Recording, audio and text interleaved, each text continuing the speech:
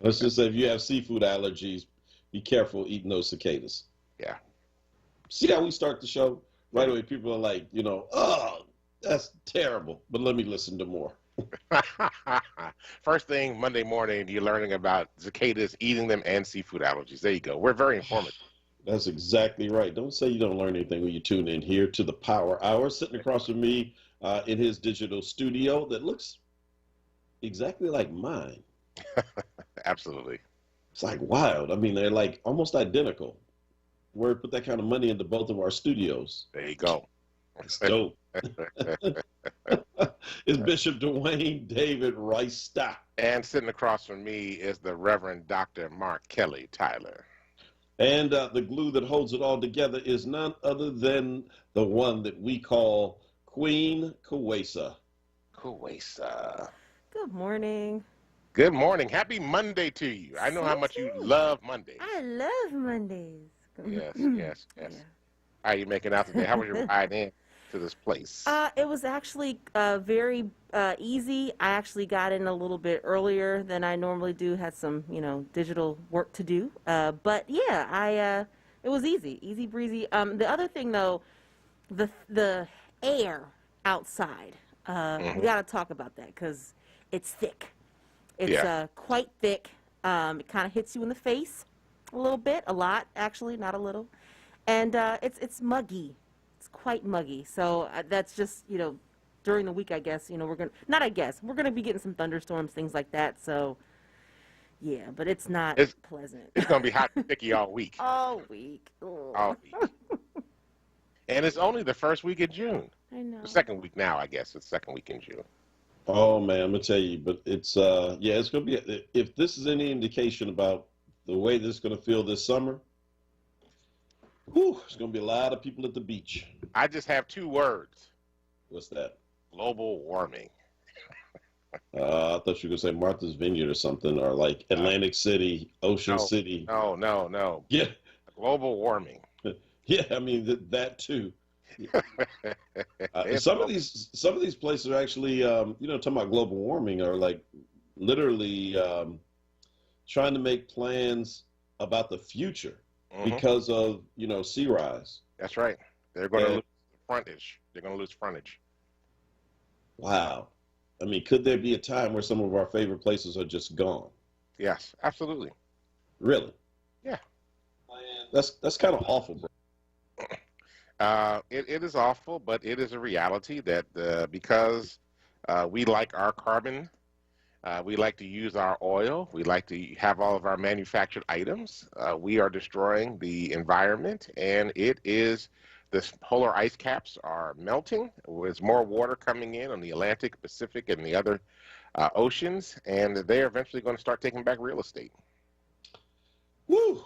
Well, I'll tell you, it's the unfortunate thing is most people live only concerned about themselves.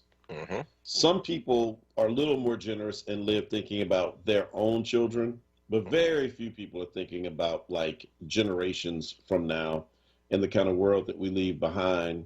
And so, they're like, well, as long as the earth is here for me and mine, I can't really tell you about tomorrow. Can't get that far ahead. And again, that's very short-sighted, but that tends to be the way in which we kind of govern ourselves. And so that's unfortunate. Listen, folks, if you want to get on this conversation, you can always post something on Facebook. This is WURD Radio. You can find us on multiple platforms. If you just do a search for WURD, you'll be like, oh my God, they're everywhere. Even on a tin can and a string, you can find us. Check us out on Facebook Live and a little bit more interactive there. You can also tune into YouTube. YouTube, they will talk to you, but they usually come out when it's a much more serious topic. They kind of just sit back and wait for like the real stuff to jump off. It's a more sophisticated palette, and I keep, sorry about that, man. My headset is acting up, so you're going to get a little double thing there. So glad to see Carol this morning. Craig, surprised you're not out at tea time already this morning. What are golfers doing a day like today? Go play golf. In this heat? Yeah, man. You get out early. You go out early in the morning. You get out. You try to get you get the earliest tee times possible so that you're out before the heat of the day. Really? Yeah, and then or you go play in the evening. Man, let me tell you, it was so hot yesterday, bro. I looked at that motorcycle. I rode it, in the morning to church, and I was like, I got home. I said, yeah, no, it ain't gonna happen. I kept waiting for it to cool down. It didn't happen. I rode all day Saturday, and I was so dehydrated. I mean, I just kept drinking water, and it just felt like I couldn't catch up. Right, you kept It, it out, yeah. yeah, and so yesterday I couldn't even think. So to imagine being on a golf course, like, no, I can't even think about that. Glad to see Kasahu, Mabel. Hey, Leslie is in this morning already. Ed is in. Kanisha. Glad to see Kathleen, Robert, Lois, and others as well. Got a lot to talk about this here coming week. Hang on a minute. Nikki O. Tim's checking in on YouTube and said, Miami's coast is eroding now. Beach property is cheaper due to erosion. Let's go get some beach property. Well, I mean, it's actually interesting, though, because at some point, this is when climate change is really going to get taken seriously. When all the rich people who own like $1 million beach properties start losing their properties, all of a sudden climate change is going to be taken very seriously. Yes, exactly right. They can't sell that property. They're going to be very upset. Pretty much like everything that happens in life, right? Yeah. So ATVs, dirt bikes, all that, up and down, ripping through North Philly, West Philly, nobody really cares. Go down to Society Hill and Queen Village, and all of a sudden, it's an issue. It's the number one issue. It's their number one issue. We got to stop the issue. We all know why we're here. Gun violence? No. We all know why we're here. Stagnant wages? No. Come on, the real reason we're here. Crappy elementary schools for like black and brown kids? No. ATVs. The number one problem in Philly. Man, I know we talked about this last week, so I won't harp on it this morning.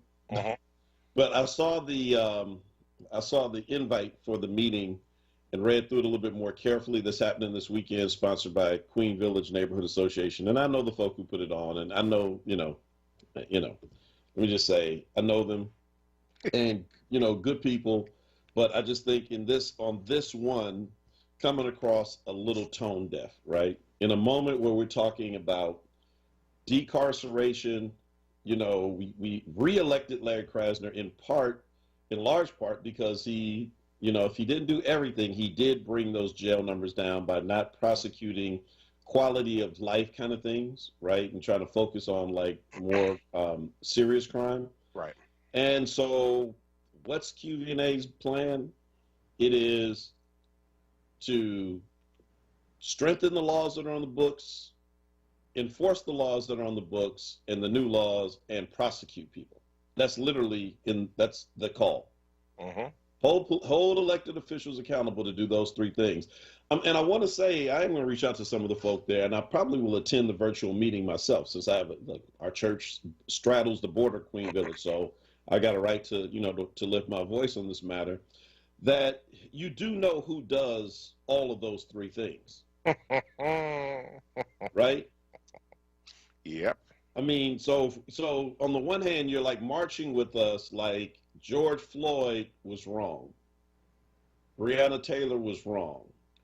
All of these other stories, what happened to David Jones was wrong. What happened to Walter Wallace was wrong. Call the cops on these dirt bikers. Which is going to create another George Floyd, Breonna Taylor, David Jones, Walter Wallace. Right. I'm like, this is kind of like if Karen was a cause, this would be Karen. Karen and Ken. What are they? Karen and Kevin? Is that what they call it? Yeah, something like that. Yeah. But I'm just saying, am I wrong? Right? I mean, I think that this is a problem. I mean, look, I have my own opinions about the dirt bikers. I think they're annoying. Yeah. Only because they don't follow the laws. If they want to ride down the street and follow the laws like everybody else, I'm totally okay with that. And get their bikes licensed, I think that would be great too. But I don't think it's worth escalating to police, because we've seen over and over again when it comes to interaction with police and African Americans, it's always a bad situation. So I'm okay with they need to chill out on that. Once again, it's I'm gonna tell on you. I'm gonna tell.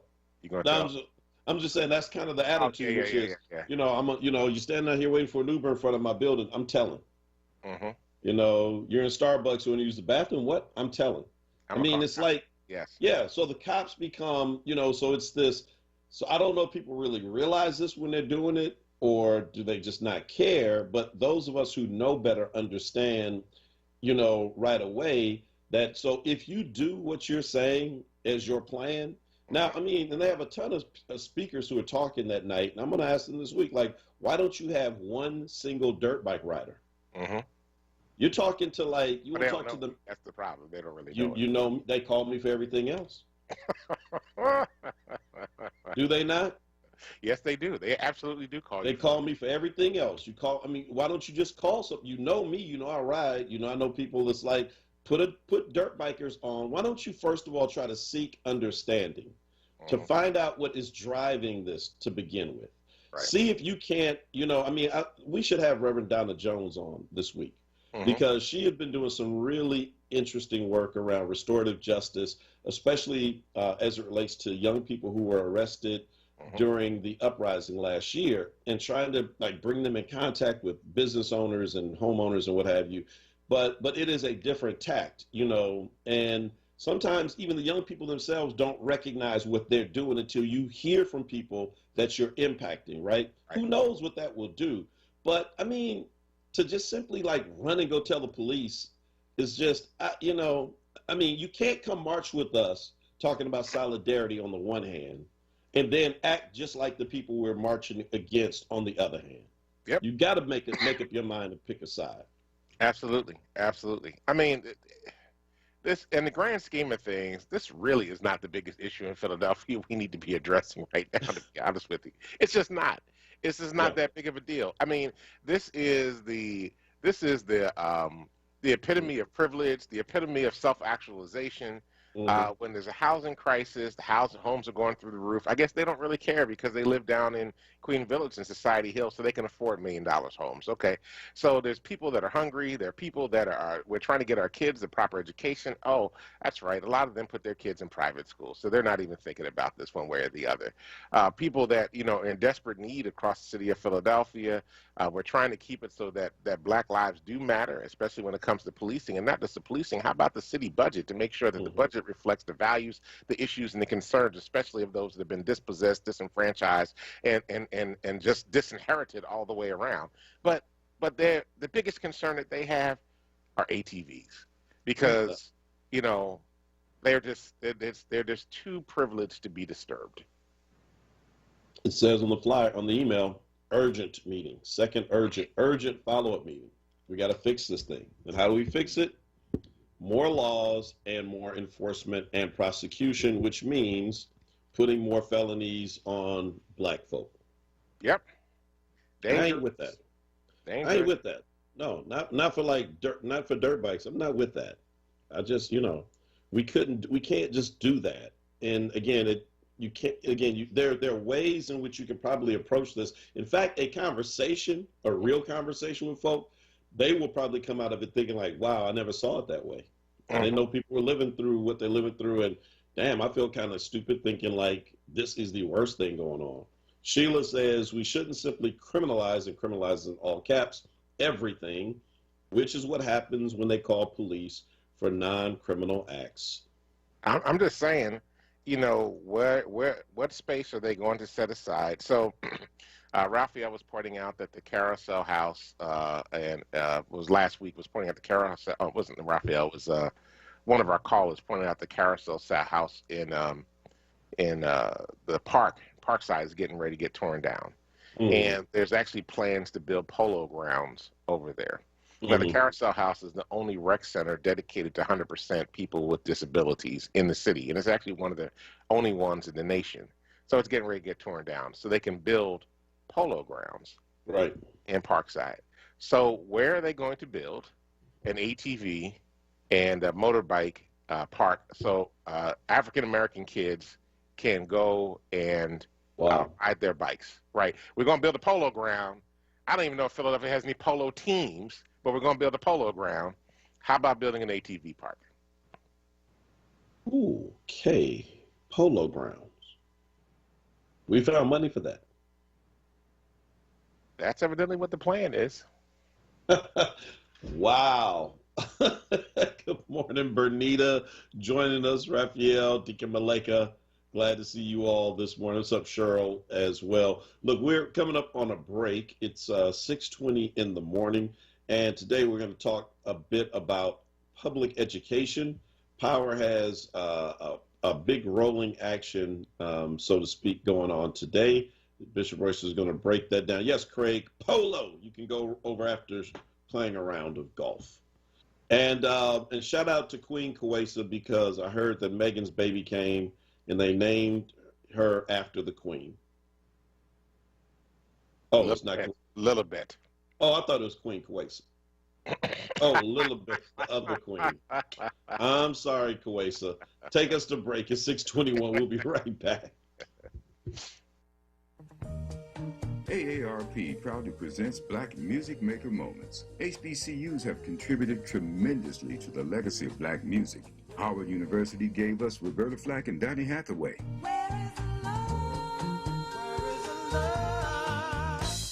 The Commodores came out of Tuskegee University. Thanks to onWURD University, there was Take 6. Thanks to HBCUs for their contributions to excellence in black music. Black joy comes from the sound of our souls, and our sound has kept the world in tune for decades. From the way we express ourselves naturally to the rhythm we add to the mix, black music is so powerful it inspires and influences the world. AARP is proud to celebrate black joy in all of its forms beyond Black Music Month. Visit aarp.org/black community to join the celebration. One thing we all have in common is aging, so age boldly by staying healthy, active, and independent. With Philadelphia Corporation for Aging, you can. PCA supports older Philadelphians with care in the home, nutritious meals, protective and legal services, and more. Through the pandemic, we safely helped older adults by delivering more than 2 million meals and easing social isolation. Get the help you need to age boldly and actively with PCA. Learn more at 215-765-9040.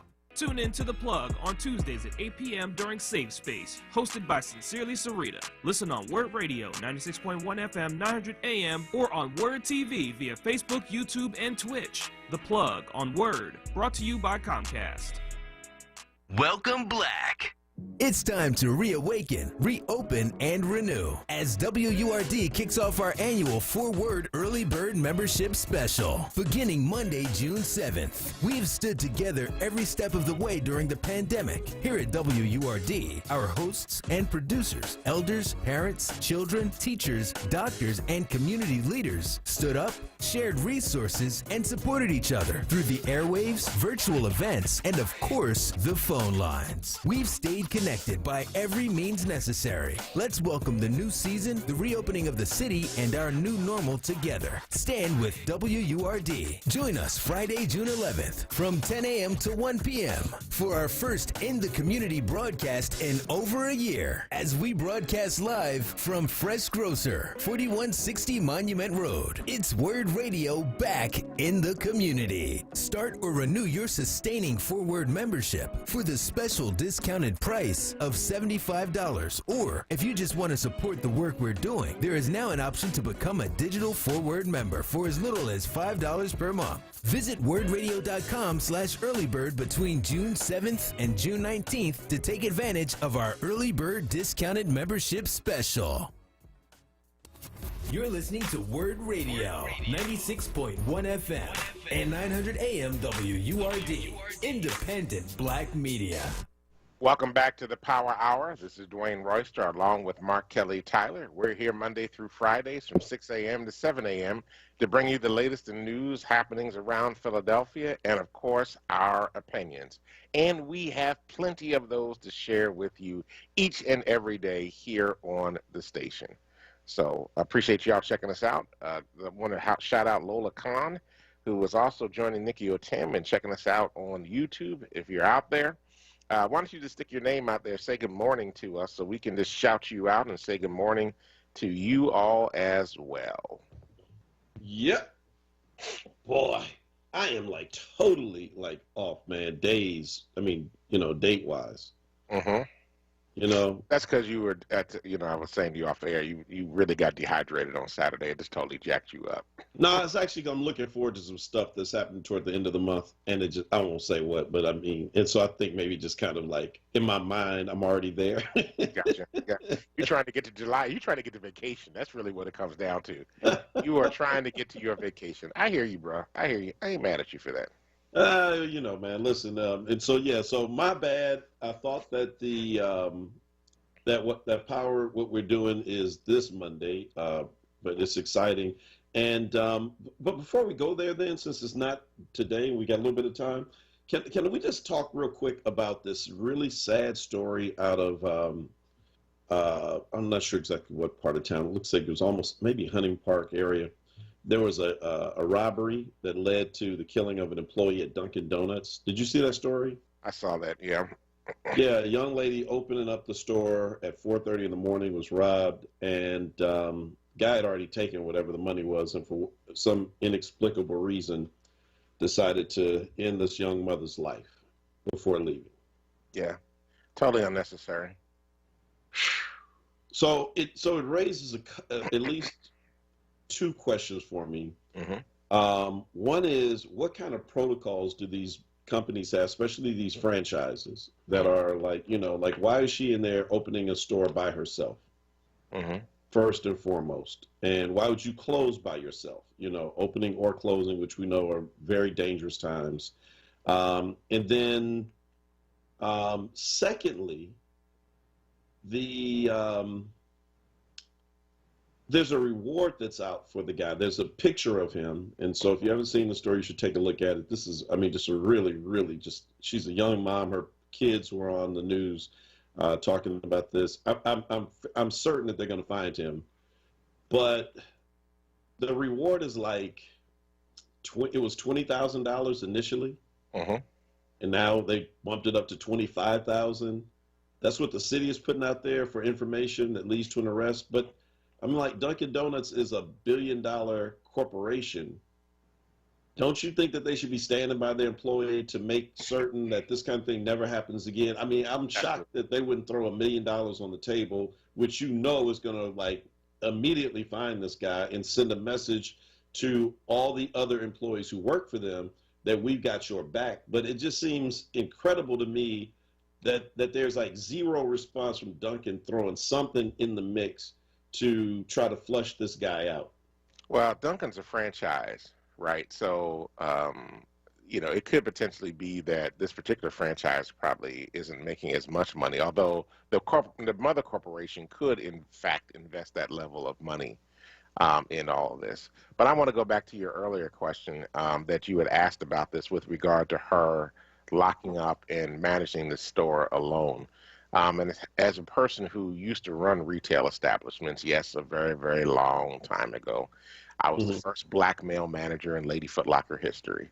So, there were times when I had to run the store by myself. Now, granted, it was in a mall, it was a different environment, but, you got to do what you got to do to keep that money coming in the door.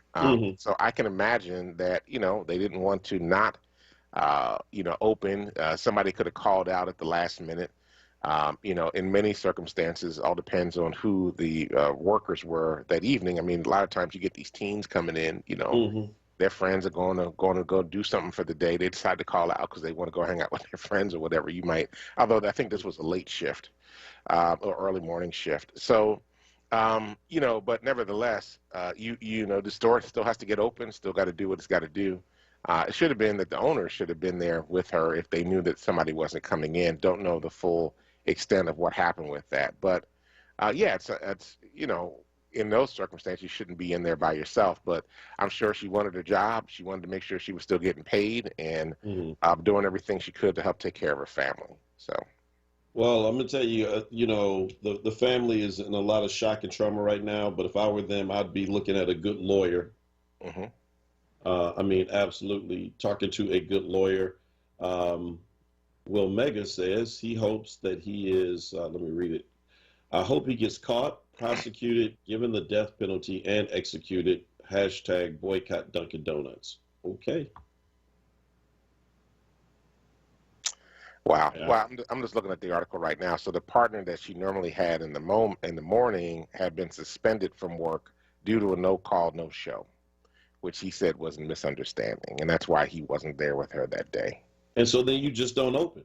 You wait in your car and just like, I'm sorry, we ain't, if you don't have a car, you just like, you don't stand near the door and become, a target. And again, it's, these companies oftentimes, and I'm not saying this is what happened, right? Because I don't know the circumstances around Dunkin' and their particular policy, but again, it raises the question.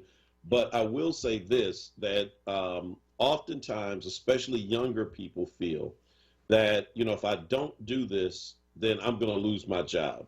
Right. Yeah, the idea that I have to go and open, or I've got to stay and close, even though it's putting my life in danger. And I know that because if I don't, I might not, have job security. Right. And again, I don't know that that's the case with this particular story, but I do know that for a fact because I have young people. Mm-hmm. You've got young people. We've been young before, and the kind of pressure that as a younger person you put on yourself and put yourself out there for these companies that, again, you got to question like, hell, are they going to be there for me that way? I mean, there's a 25,000, look, money is a driving factor for people coming forward. There are probably a lot of people scared of this person. If a person will walk in brazenly without a mask, by the way, when masks are being almost required, dude, just cover your face. Perhaps the reason that he shot her is because she saw his face, because you can see it on the video, right?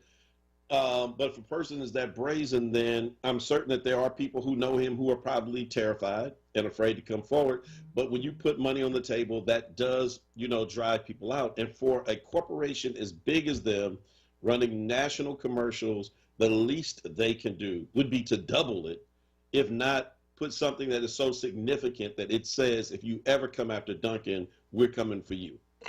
I hear you.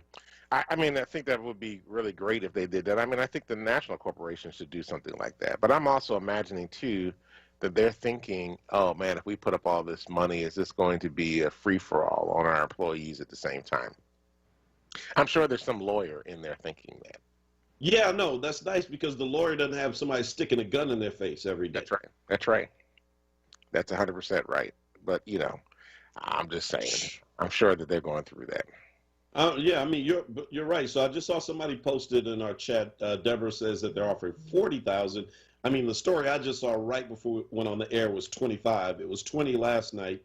If it's 40, good. You need to get it up there. But I mean, this is we have to protect folk, and the same ways in which they would go to the nth degree if this were the CEO who was kidnapped and ransomed, right?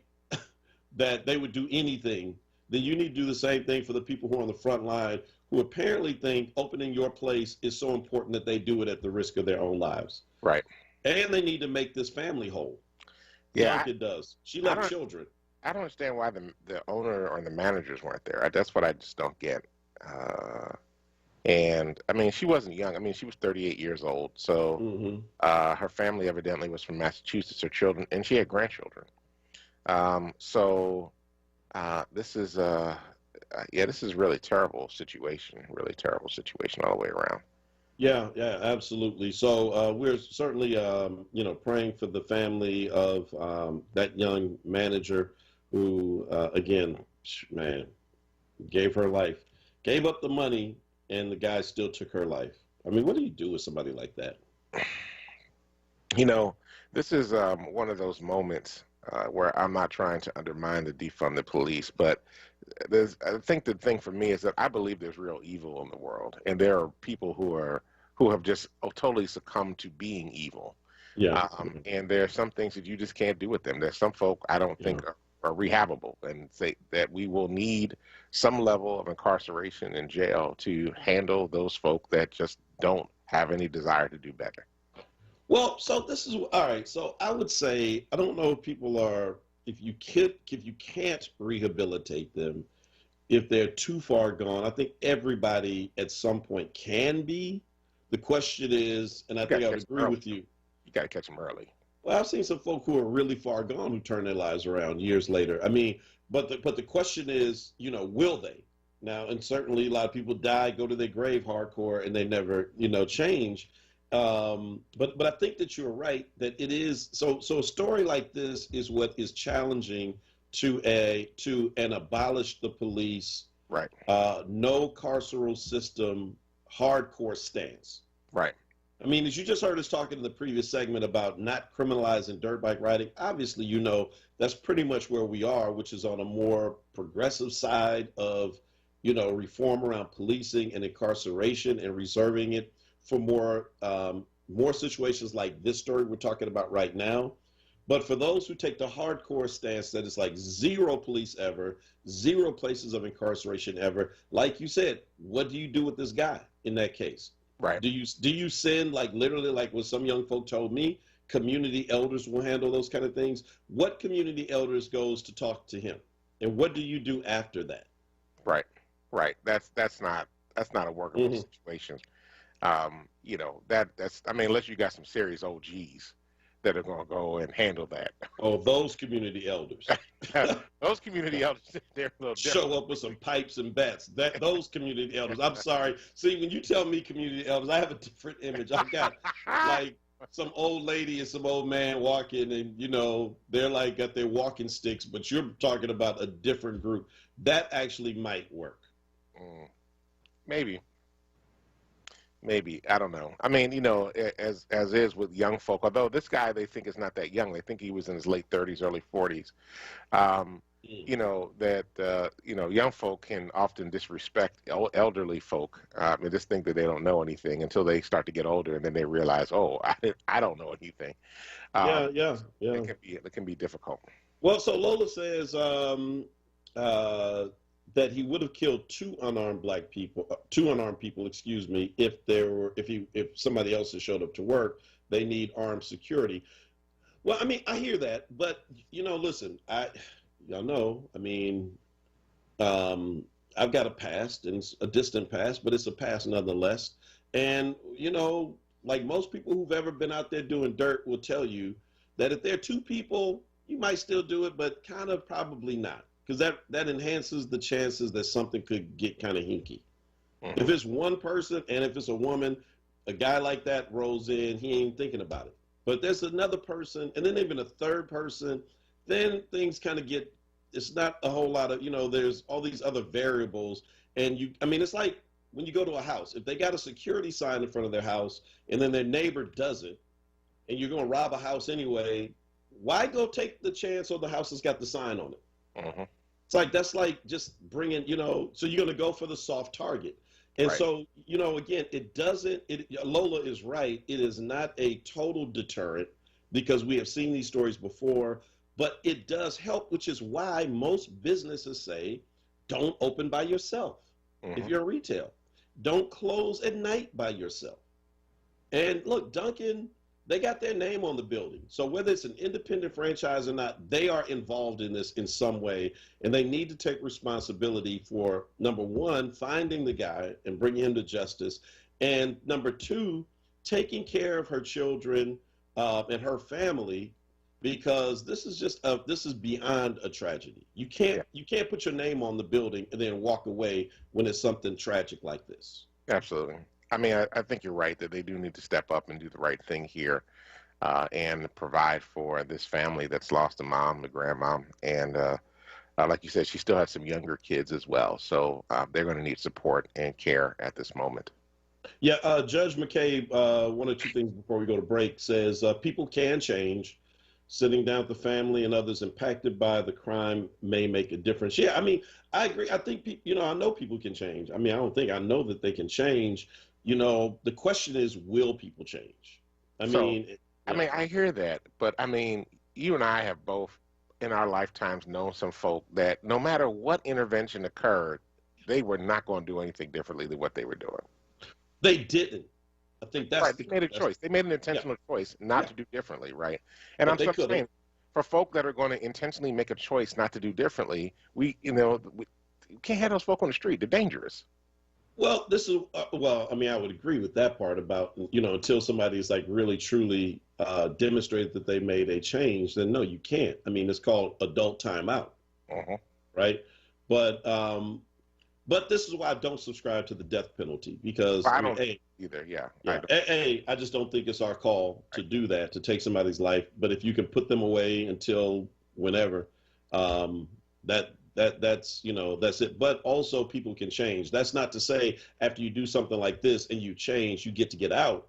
I'm not subscribing to that either. But I am saying that people have every human being has the capacity within themselves to be, since we're two preachers, may as well bring a text in, the prodigal son, to be wallowing in the slop of pigs one day and to hit rock bottom, to realize this ain't who God created me to be, and to get up and turn their life around. Everybody has that capacity. I think that's 99% of people. I think that's 99% of the people have the capacity to turn around. It's that 1%. Yeah. Oh God, Robert Garland, unteachable spirits. Robert, I'm gonna borrow that for a Sunday. It's 6:41. We got to take a quick break, and when we come back, as I promised, we're going to definitely talk about kind of what's going to be happening with power in the next couple of weeks around education, because so many of these stories, education really has a lot to do with this. It could be a springboard to send people like out of a lifestyle that would have led to this, or it could be a place that just simply reinforces it, as we say, the school to prison pipeline. And that's why Power's been fighting so passionately about funding for public education, because it matters. I'm telling you, it matters. It's going to matter generations from now what we do today. We'll be right back on the other side.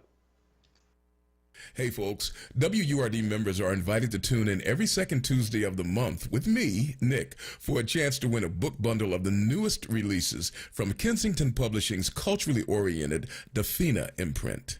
The Black Words Book Club. Word Radio's conversation on books that explore the African American experience through social, economic, and environmental justice issues. Tune in the second Tuesday of every month on Evening Words with Nick Taliaferro, 4 p.m. till 7 p.m. The next book for June is Taught by Women, Poems as Resistance Language by Hakeem Adabuti. Be sure to listen live, as Nick Taliaferro will hold a contest for a giveaway book bundle that consists of 4 titles from Kensington's Dafina's Authors of Color's newest release. Don't miss it, Tuesday, June 8th on Evening Words with Nick Taliaferro. Attention for Word members. Get your copy and receive a 20% discount when you purchase at Harriet's Bookstore or Hakeem's Bookstore. For more information on the Black Words Book Club, visit wordradio.com. The Black Words Book Club is sponsored by Dafina. Dafina is an imprint of Kensington Publishing Corporation, America's independent publisher, concentrating on authors of color. Hello, my name is Andrea Delzell, and I've been using a wheelchair since I was 5 years old. If I had one message for the general public, it would be relax. Some folks get really flustered around disabled people, so they just pretend we're not there. I've actually had waiters talk to my companion and completely ignore me. People with disabilities just want the same respect and consideration as everyone else. This is a message from United Spinal Association. Download our disability etiquette booklet at unitedspinal.org. Now, a traffic update on Word Radio. Good morning. Not too bad here in the Philadelphia area this Monday morning. Looking at 95 southbound. A little volume picks up from Cottman down the bridge, getting heavy through the work zone. Again, Allegheny through Girard northbound. No major problems there. Westbound Vine Expressway, Lake Parkway through the Schuylkill Expressway. Now the Schuylkill eastbound. Blue River through the curve, a little slow. Eastbound, westbound side. And watch for volume building broad to pass Young through construction. Against City out to Belmont. Some light volume there. PA Turnpike, Blue Route 476 moving fine. Southbound Boulevard from Broad down to Fox. Some slowing through that construction. 4255, 295. No major issues there yet through South Jersey. Now is the time to get a new job. Express Employment Professionals never charges job seekers a fee and has more than 35,000 job openings with high demand in construction, driving, logistics, administrative jobs. Find the location near you at expresspros.com or on the Express Jobs app. For more traffic information, log on to sigalert.com. Jim Bachman with your Philadelphia area traffic. You're listening to Word Radio, 96.1 FM and 900 AM WURD, independent black media. Welcome back to the Power Hour. This is Dwayne Royster along with Mark Kelly Tyler. We are continuing our conversation about what happened at the Dunkin' Donuts, where a mother was killed, 38-year-old mother was killed just last week, trying to open the store and get the store prepared for the day. dealing with the consequences of that, and talking about, as Robert Garland would say, unteachable spirits. Folk that, there are some folk that just don't want to learn, don't want to do better. And then what do we do with those folk? Yeah, yeah. Well, so, we're talking about, the education fight in the city of Philadelphia and funding, and really, I mean, it's just one aspect of the lack of investment into our community, right? But it is a very important one because of what happens in particular with Black boys at a certain age. It seems like really kind of being pushed out of schools, and hence the school to prison pipeline. We've been fighting for real resources for years now, ever since Dr. Ackerman was the superintendent. That's how far back this fight goes with power. And so in a couple of weeks, we'll be doing some statewide actions. What's going to happen? And you're telling me some news related to this as well. Yeah, so Governor Wolf, back in February when he announced the budget plans for this year, announced that he was going to push for $1.6 billion increase in the K through 12 state education budget. This is the money that the state sends out to all the school districts across the state of Pennsylvania, which is a big deal, right? Because we've gotten money from the federal government, from the American Rescue Plan, from the previous CARES Act, and other things. So there's billions of dollars coming into the state for that. And so pushing the K through 12 money is great. But here's the thing. We have a funding formula in the state. We have two funding formulas in the state. There's an old formula, which is not equitable. And then we have a new formula that is equitable. And so some of the money is pushed through the funding formula, 100% of the funding formula, but it's a very small percentage of money.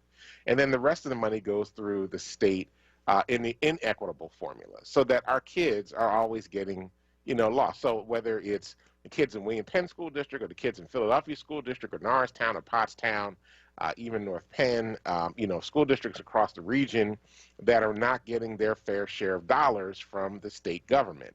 So we've been working with the governor on this since early part of his administration. As a matter of fact, we've been working on this in the prior administration. The Corbett administration was in place.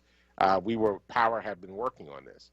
So now the governor's saying we're going to put $1.6 billion more into the K through 12 budget, and we're now going to take 100% of the state education budget, the K through 12 education budget, and we're going to run it through the fair funding formula, which will mean that Philadelphia could see close to an additional $500 million a year in education funding coming to Philly. Different school districts, based on their size, will see additional money. Part of the challenge of the funding formula right now is that literally there's about an $1,800 per student disparity between Black districts like Philadelphia and white districts like Lower Merion. So districts that have more white students actually get more money per student than districts that have more Black or brown kids. And so, when you think about it, $1,800 doesn't seem like an amount of money, but when you start adding up 33 kids in a classroom at $1,800, or a school that's got 1,000 or 2,000 kids in it, like the high schools do, at $1,800, that becomes significantly large sums of money that we're losing, that going out into places that actually don't need the money, but Philadelphia does. So Tawanda put into the chat, and if you can do that on YouTube as well, Tawanda, that'll be great. But she put the information into the chat, and the name of the action is Still Separate and Unequal. And let me tell you, so this is going to happen on June 21st, 2 weeks from today. There'll be 3 actions. Philadelphia. Oh, okay. There are 3 listed on the website right now, so we got to get they'll be updated. But Philadelphia, Pottstown, Lancaster, and a couple other places we'll talk about this week. But let me just say this for the Philadelphia folk who are listening, because primarily that's where our listening audience comes from. So this is kind of dope. I was kind of wondering about the location when I heard it, because you know me, man. Most of my work with Power has been on the Live Free team, so I've been kind of like absent from the education fight. And so I was like, why are we going to Gompers? Like Gompers over like in Winfield? I'm like, Gompers, that doesn't make any sense. Like it should be like somewhere, like Broad Street or something. And then I just looked at this. Yeah. This is dope. This is dope. And I'm going to give you some recommendations to take back to the Ed Strategy team to even make it doper. So at noon on the 21st, the gathering will begin at Samuel Gomper's school. And then walk across City Ave. That's right. Over to Marion Elementary School in Lower Marion. What is the difference? I mean, you may not know this number right off the top of your head, but like roughly, what's the difference per pupil that the state is investing in Gompers and 1.8 miles away at Marion School? So let me just put it this way. Every child in the Lower Marion School District, the first day they start school, gets a computer. Oh, okay. Every student. Every student. From They've families that don't. Originally, I think now they're getting computers, right? So and these are families that typically have computers for their kids anyway? Yes. Okay. How many kids at Samuel Gompers got computers? I'm just curious. Just curious, you know. There was a major difference between the funding for Lower Marion and the funding coming into Philadelphia. I don't know the exact number off the top of my head, but there's a big difference in the funding that's coming from the state between those two schools. And this actually reflects on a march that Power did some years ago with State Senator Vincent Hughes when they went from Overbrook High School to Lower Marion High School, 4 miles, to highlight, and these were all in State Senator Vincent Hughes's district, to highlight the disparities that exist in that space as well. But now let's talk about the most basic level, about our children, right, our youngest children. And especially coming out of COVID, the resources, the kids in Lower Marion, when they decided to shut down the schools, didn't have a problem because they already had the tools and the technology in their homes already because the school district had given to them. The kids in Philadelphia had to wait months and then had to get a donation from Comcast, and that still wasn't enough to cover it so that every child had a computer. And, you need a computer, you now need Wi-Fi. What did the school district say at one point? Well, the kids can go sit outside the barriers of the schools to be able to get the Wi-Fi. This is what the difference is like. And this is what that $500 million could be, investment in technology and in books and teaching tools that are necessary so that our kids have a fighting shot at least getting somewhere near the scratch line. Samuel DeWitt Proctor had a famous sermon called The Scratch Line, right? Yeah. And the fact of the matter is that our kids are starting way behind the scratch line. The scratch line is that starting line when a race begins. And they're not even near the scratch line. These kids in Lower Marion are way beyond the scratch line. I wish you could just see this map. I'm looking at it on Google Maps, and it's like when you see just literally how close these schools are with St. Joe's University right in the middle. Right. It is just, it's just incredible. Wait, I'm getting a hot text in here. $9,000 per student. Please say more. This is an elected official. Let me see if he or she would like me to divulge their name. Let me know, dear elected official, who's listening in this morning. Yeah, but this is yes. Okay, great. So this is State Senator Vincent Hughes. We only have 2 minutes left on the show. We get you to call in. So you just volunteered yourself to be a guest between now and the 21st, sir. So he's going to call in at some point in this next 2 weeks to actually say more about this because we know how passionate he has been about it. But so let me just give you one thing to take to the strategy team. Since apparently people don't like ATVs, dirt bikes, and the such. To bring this show full circle, I say you have a parade with ATVs, dirt bikes, and the like leading in front. And then for good measure, throw folk like me and others in the back with Harleys. Let me just say, I'm not sure what's going to happen to the ATVers when they cross City Avenue. That's my biggest concern. They're fast, bro. They are. There's a lot of vegetation over there and greenery. You will not catch them, Lower Marion PD. Just be like Philly PD. People always wonder, why don't they stop them? Because they can't catch them. Have you ever seen a cop car try to chase a dirt bike, a big 250? These bikes are super fast. No. Not going to catch them. Stand down, Lower Marion PD. I'm just saying, no, really, in all seriousness. Now, I can get you some other bikers that are all street legal, but loud. Yeah, well, we should do that too. We should do that too. Well, I'm just saying. It's just, I think people would be open to that. I'm open to that. I like that idea. Yeah, we want to bring attention to this, right? Yeah. And if we do this like every week, they'll be so upset. They're like, will you please give them their money? Give them their money so they will stop parading through our neighborhood.